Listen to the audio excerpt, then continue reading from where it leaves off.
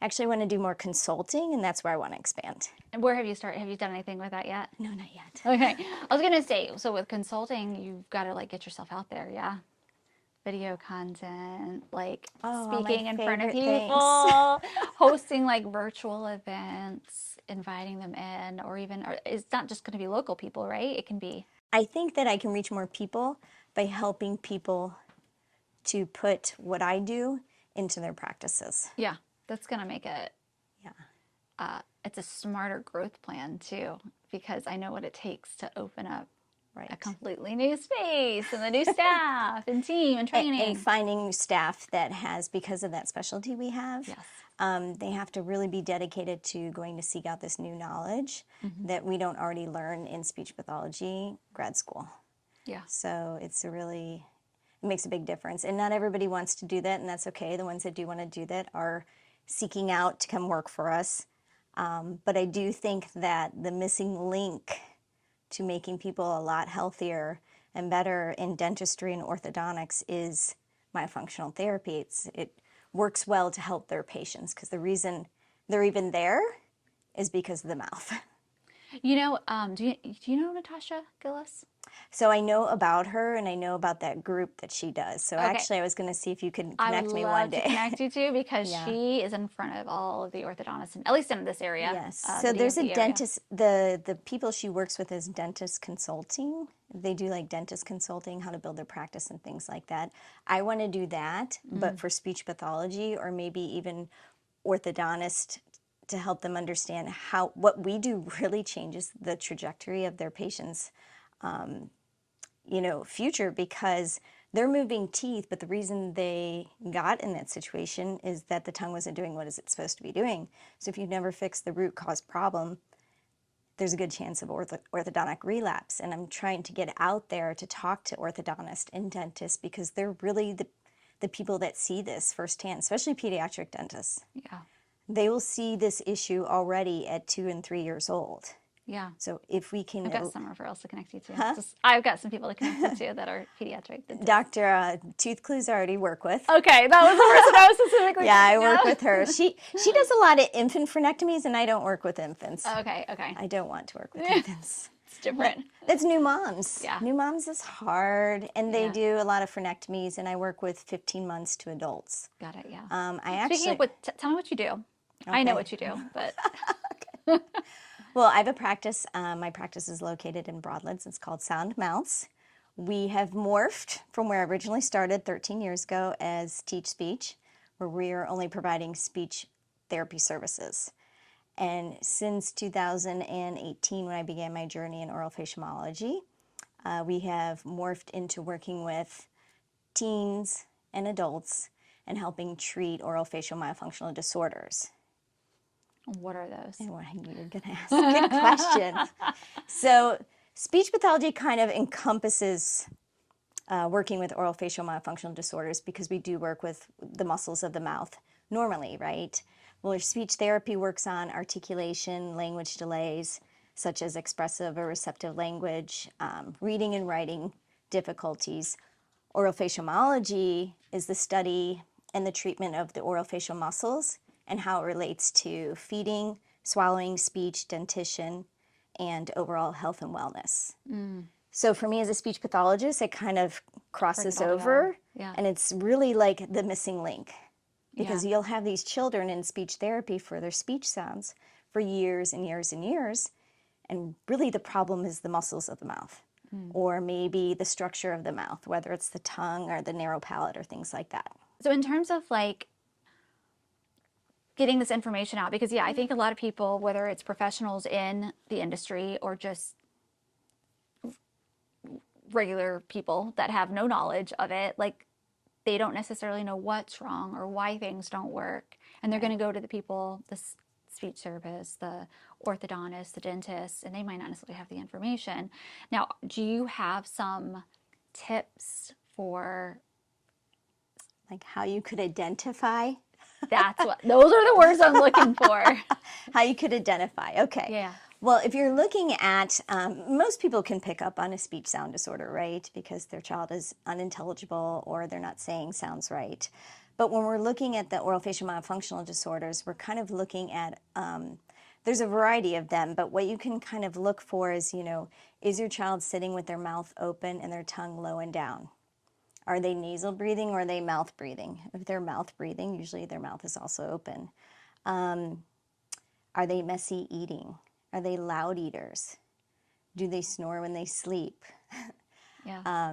Those are just kind of like some easy ones. Or tongue thrust. Like if you go to the dentist and the dentist says, oh, little Johnny has a tongue thrust. The tongue thrust is simply the symptom that something else is not going on in the mouth. And I do find like a lot of our parents have done their research before they even walk in my door, majority of them. Sometimes the research is really spot on, and other times it may not be. So there are some really great places to find information without going down the fear rabbit hole, right? Yeah.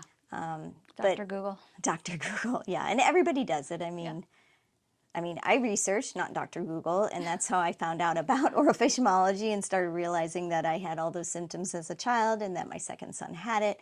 And that's what started me on my journey to study that in 2018. What are some of the treatments? Treatments? Yeah. Meaning? Like when you identify that you've got some of those challenges, what do you do? Okay. I'm breaking it down for some. You were so in it that you're like, either people are coming to me because they already identified it, Right. but then for everybody else that's listening to this, just to kind of make it more. Yeah, I tend to get caught up in that like speech world where we get really detailed about things. So if somebody has concerns, if somebody were to have concerns like usually you see them really early on. Here's the big thing. I wish that I could have anyone who has a 2-year-old and talk to them about these are what you need to look out for as you're beginning your journey of speech and language development or feeding development, right? Because you start to see things break down, between 2 and 5 years, and you can really, that's even before facial growth has stopped growing, which is about approximately 7 years of age. If you can get in there early and identify it and work with not only myofunctional therapists, I have to work with other people to make things happen. So I work on the muscles and getting them to do what they're supposed to do. And then sometimes we have to refer out to a dentist or an orthodontist for expansion. Or maybe they have really tight cranial structures, so we work with a craniosacral therapist.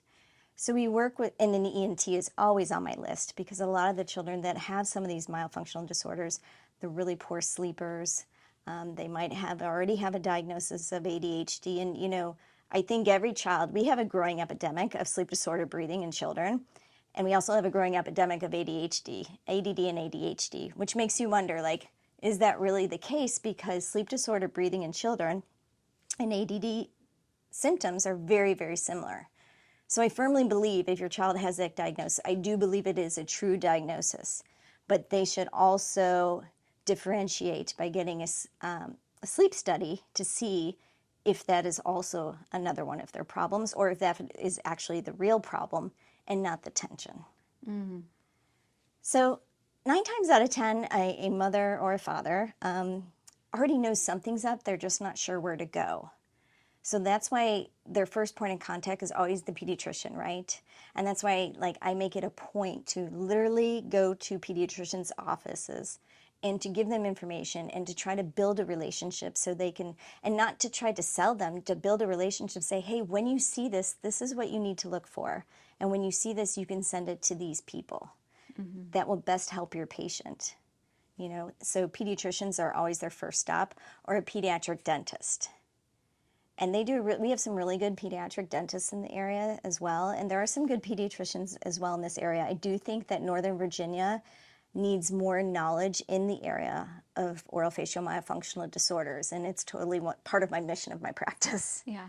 Is to get out there to help educate. And I'm happy to even go to offices and give them my 10-minute easy PowerPoint that says, here's what you're looking for. Yeah. And if you're not sure, it can't hurt to send them on their way for a functional evaluation, because our evaluations are pretty thorough.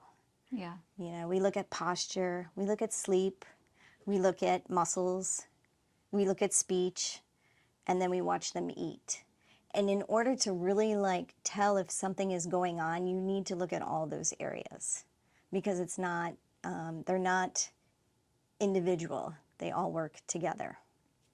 So you have a multi-faceted approach when it comes to Bird's eye view is what I call it. Yeah, What is it? Bird's eye view? Bird's Yeah, eye yeah. view, when I you like can it. look down and take all the information to see if you can find where the root cause is, right? Yeah. And that's what we look for, is the root cause. And sometimes there's multiple root causes, but most of the time you can say, oh, it starts here with this muscle pattern, and you know, what caused it to go wrong? Was it during feeding? Was it during development, like a congenital thing such as tongue tie? Or did they, have some kind of breakdown during their feeding skills? Or did allergies weren't treated and then they had to be a mouth breather? And so we look at that. We try to find the root cause and then work in collaboration with other professionals to remediate what we can, to make it optimal for our patients. I love that. Does that make sense? Yeah, it totally makes sense. What got you into, because at first you were doing just like the speech pathology Just a piece speech pathologist. at the Yes. beginning. What got you into that? I started researching because I had a patient that he was in therapy for a very long time for R, not with me. But then he came to me and we weren't really having success too. So I just started doing research and figuring out there's got to be another way. There's got to be a reason why this isn't working, why he's not succeeding, and why it's taking so long, right? And I stumbled upon orofacial myology and what it does, and it looks at the muscles of the face and the mouth and how it relates to things like that. And not all children that have a speech sound disorder have an orofacial myofunctional disorder, but the research tells us about 81% of them do. Wow. So they kind of coexist, right? Because you use the same muscles to speak as the same muscles to swallow and to sit there in rest position. So it kind of makes sense. Yeah. So when I stumbled on it, I was like, oh my God, that's why I sucked my thumb till I was 10 years old. I had an airway problem, large tonsils and adenoids, Yeah. My facial growth wasn't optimal and I had to have braces. And so as I started reading more about that, at that time my youngest one was about 8 years old. And since he was born, I was like, something's just not right. He's not, breastfeeding was a nightmare. He would sweat a lot when he was a child. He didn't have any speech delays or anything like that, but he just was never really well rested. Yeah. And so looking through that, and his jaw was protruded. And so with this study, I was like, oh my God, I think my son has this orofacial myofunctional disorder that's leading to sleep disordered breathing from infancy. But I had no way to know. And I didn't have anyone really to go to because we had just moved back here. I didn't really know anyone. And so I went and got trained. And then through that journey, I was able to find team members that I could trust with my son's care, and it wasn't just a one quick fix. He got his tonsils and adenoids out. It's been a journey of orthodontic phase 1, orthodontic phase 2. He's now 15 and is finally sleeping better and his lips are closed. And I don't want my patients and their families to go through that because it was hard for me and I knew what I was looking for. So I try to make sure that, like I tell families, I don't want you to have such a hard time trying to help your child be optimal in their health and wellness. Yeah. So. Yeah, no, I think that's brilliant. I think it was over COVID that I had you do an evaluation of my son, Khalil. The little one, yeah. No, it was Khalil, I think. Not the baby, right? I'm trying to think which son it was. The little one was probably the one that was more open to doing it, but it was Khalil that had the problem. Still does. Everything that you're saying, I'm like, Maybe he needs to take a visit. But yeah, because it's like you think of those things as a parent. It's like you see the signs, you're like, oh, well. Well, then you have somebody saying, everybody has allergies in Virginia. You don't worry about them. I mean, even if he's mouth breathing 24/7. But it really, it doesn't just impact, speech and feeding. It impacts optimal facial growth. So all these children that I see that maybe, or that I don't see, they turn into adults with TMD, sleep apnea. They're on a CPAP, and so if you don't remediate it in childhood or even teenhood, you know, Yeah.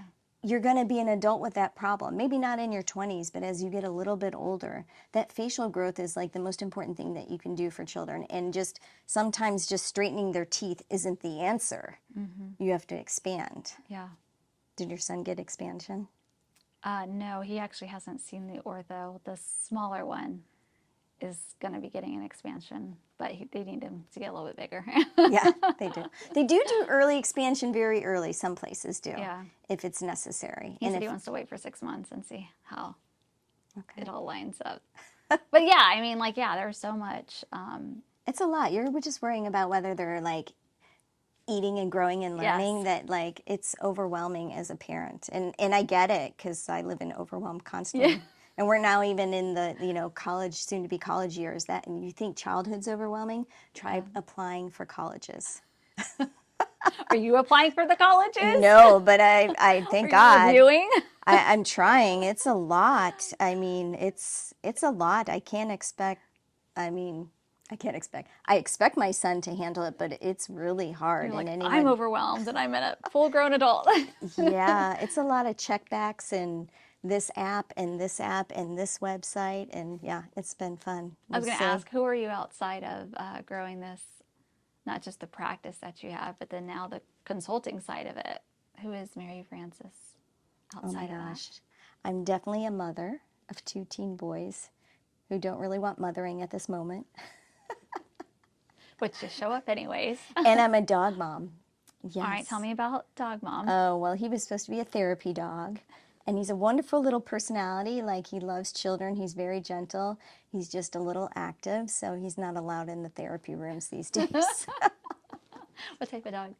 He's called a Feist. A Feist. I don't even know what that is. It's a 30, he looks like a 30-pound Jack Russell. Okay, cute. Yeah. Yeah, Jack Russells have a lot of energy. They're very, very smart. Yeah, he's very anything like smart them. for sure. He escapes our, we have an electric fence, and he jumps over it and doesn't get buzzed. And so he's learned he can do that, and he escapes. So, yeah, he's so smart. You said he's too smart. Dang it. He's too smart, yeah. What fun projects have you been working on, or are you planning to work on in the next couple of years? Let's see. There hasn't been a lot of time for any new projects. You mean ones that are on my back burner? One's on the back burner, or any fun travel plans? Just kind of like, what's your life updates? I would like to remodel my kitchen one of these days. And my bathroom, but I'd actually like to do it myself. A DIYer? Are you a Pinterest? No, I'm not. I don't know what. Okay. I don't even know. I would just like to learn it. Who has time to do that? Like, you're going to do it yourself, though, you said? I said I would like to. Oh, you're like, ma'am, it's not happening, though. Yeah, I don't think that's happening until I retire, and that might be for like a long time. No, we do a lot of things. So my sons are really involved in their high school, so they have sports and activities, and so we do a lot of that. And my family's here, so obviously like Thanksgiving and Christmas, things like that. There's actually not a lot of downtime these days. Yeah, that's how it feels, especially as I like, think as a business owner, like And a you're always mom. working. because when I'm not working, I'm like, what's the schedule? Who needs to go where? Right. Don't want to pick up anybody late. Yeah, it's just hard. I mean, I'm trying to carve out like a little bit of like me time, but I think that's like really difficult. Yeah. No, I agree. I do go get my nails done now. That's like the me time. But even that's kind of good. like, just have to do this for a while, you know? But then they want to talk to you. No, mine are good. They Oh, just that's good. tell me how pretty I am and paint my nails. At the end of the day, I like drive home in silence. I'm pretty much talked out. Yeah, I was going to ask, in terms of like hobbies, anything that you're working on? Do you still, I know you still like run. Did you still run? Oh, I did. I did. Not so much anymore. I was doing some weight training, yes, for a fitness competition. Then I got carpal tunnel, so I had to take a little break on that. So I think fitness training is a hobby of mine. I would like to learn how to, like I said, to remodel my house. That's a future hobby for retirement one day. One day. What's been like the hardest part of your journey growing your business? Or even just being a mom, being a community member? I think the initial part of the journey was being a mom with young kids and being able to juggle that without the mom guilt. Clearly, I got over that. The second part is just the business itself. You know, if you're a therapist, you didn't go to school to learn how to do business. You went to school to help people. And it's phenomenal and I love that part about my business, and I'm really good at that part. It's the business stuff, growing, picking the right team, and thankfully right now I have a phenomenal team. But it's really hard to juggle all that and be the primary therapist, right? And then add on, you know, building relationships and things like that. And I want to build relationships. And networking groups never really worked for me in terms of like, what did they call them? You know, the ones where like you send me referrals, I send you referrals. Like the BNI type. Yeah, those never really worked for me. I'd rather like build relationships with my people who believe in the things that I do, like looking at the whole person and getting to the root cause. And then, you know, just having a relationship with them where I can call them and talk to them about, you know, a shared patient, and we can like work together to make them the most successful. That's smart. You know, something you might want to consider is, like, I know I'm going to connect you to Natasha, but she has a boot camp that she hosts where there's like, I don't know how many people, 75, 150, something like that. Big number of like orthodontist dentists that come in there to learn. It's like going out and just speaking at these different groups. Oh, I would love to do that. Right before COVID, we had planned one here with Tracy Nguyen of Lansdowne Dental. And we were, another colleague and myself, she is an RDH and a certified oral facialologist like myself. And we were going to present to Northern Virginia about myofunctional disorders and what it looks like and how it can help your practice. And we did end up hosting, it was during COVID, but we weren't able to get the turnout that we really wanted to because it was COVID and people, because COVID made it a little difficult. But yeah, I mean, one of my favorite things is to talk to people, is to teach. Like I mentor GW students so that I can teach them about myofunctional disorders. I've had one the past 2 years. Yeah. I've had one each semester. It's because they don't teach that in grad school. And when those girls come to work with me, they're like, oh my God, we never knew this. Like, this is so incredible, because it is life-changing. Like, we have people that really have great results, and they wouldn't even have known that, you know, they come in the door thinking it was one thing, and I'm like, really, your problem is here. Yeah. Let's start with the mouth, and then we'll move over to all the other things that you're talking to me about. Yeah. So, yeah. If you could go back and do something differently on your journey, any part of your journey, what would you change? Knowing what you know now. I would actually probably go to school to be a DO. Why? I just really like integrative, holistic health and wellness. I think that our body can heal ourselves, and our body should be functioning how it's supposed to be functioning, and that's how we get better. And that's what really is the premise of myofunctional therapy, is that retraining the muscles to function how they're supposed to. And that creates optimal oral health. So I would do that. And if I didn't do that, I would probably have found out about oral facialology about the first year I got out of grad school. Because you had to go on your own journey in order to You find do. out, You have to seek that out. And I'm glad that I did. And I've everyone that I know that has studied that, you know, you can't unsee it now. You go everywhere, and I could spot an issue like just sitting across from somebody. The airport is my favorite place. Yeah. Because there is just a plethora of myofunctional disorders sitting around me. So I do enjoy it. It makes, you know, it's good. But then I also see my friends' kids, my own children. Yeah. My husband, my whole family has been, their whole dentition has been altered. Their oral health, they've all been through everything. Yeah. They're my guinea pigs. I'm going to say you have little cards to be like, hey, I've noticed that you have a... Well, I don't offer free advice to friends because sometimes they don't take it. If they ask, I will be happy to share. No, I'm saying we were sitting at the airport. Oh, at the airport? Yeah, no, I just kind of, it's my joy. Well, and I think we've talked about this before back in the day of creating like a network of dentists and orthodontists and people. I think before it was about speech It pathologists, but was. now if you're going out and training or at least educating this network of people, then to be able to say, okay, here's a network of professionals. Like-minded professionals that are on the same journey. Yeah, Yeah. yeah. That would be my ultimate goal. I mean, that's why I want to move towards consulting and teaching, because more people can be helped if you teach people to do this stuff, Versus just you doing it. just me being one-on-one. And I love it, Yeah, but I can help more, you can open the doors. Yeah. because we always have parents saying, "Oh, how come people don't know about this?" And I'm like, well, because I'm too busy sitting in this room with you guys. Yeah. But also, Yeah. you have to, look for it. You just have to do your research. Yeah. And so But a lot of people don't know what they're looking at, right? And they They just go to the don't. orthodontist or they go to the pediatrician and say, hey, Right. And that's why I'd love to be in their office to help them understand, like, hey, here's some, 5 top signs. Here you go. Ask questions, because it isn't just about the mouth. It impacts gut health, sleep, your memory, everything.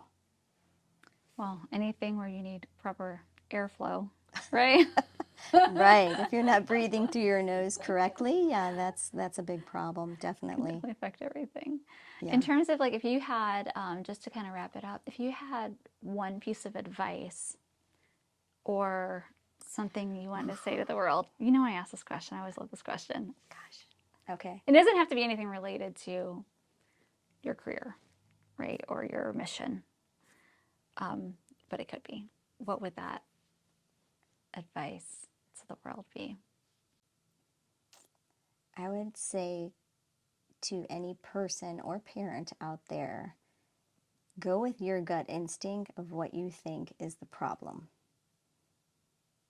And don't let someone talk you out of your symptoms. And I'm saying this in reference to what I do.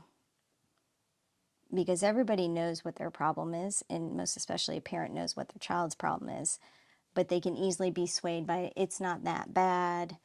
Many kids do that, things like that. Just go with your gut instinct and find the right people to surround yourself with that can help you.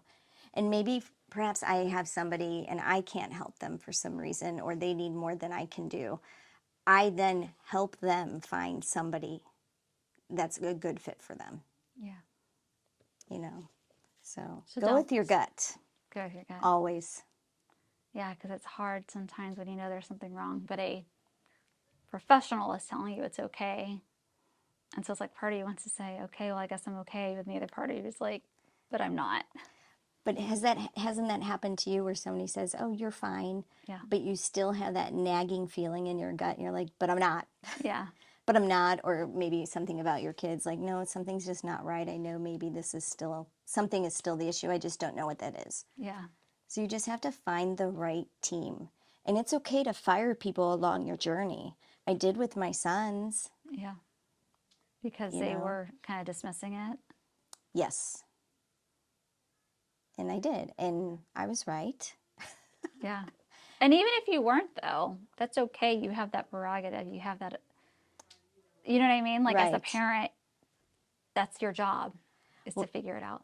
Yeah. Your job is to take care of your child and to figure it out. And of course, like, I don't know everything, but I did know, I did have that gut feeling, and I didn't want to just take no for an answer right away. So, there's second opinions for everything. I actually even send all my patients, I go, if you have any concerns, go get a second opinion, Yeah. If they go to an orthodontist and they're like, ortho said it was fine. I'm like, well, I think every parent should do second opinions for a majority of things. Yeah. What's your Enneagram type? Do you know? No, you don't I know. have no Okay. idea. It's like that personality, like, well, I think I have done one, but I don't remember what it's it okay. was.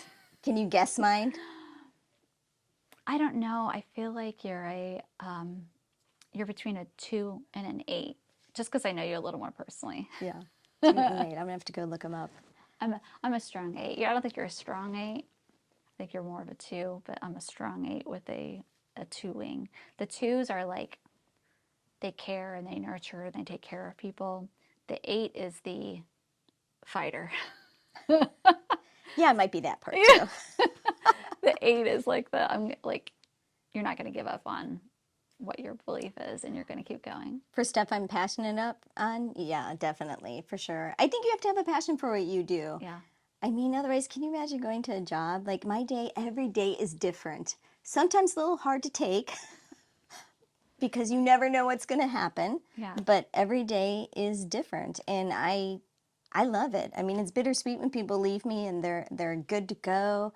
And it, like, all my parents are like, it's bittersweet. I'm like, I totally agree, but like, I'm so happy. I don't want you to come through these doors anymore. Yeah. Like So- you actually like solved the challenge versus Right. Well, they solved it. I just gave them the you tools. guided them to solve it. But versus, like, which I love chiropractors, but versus a chiropractor, you got to always go in for.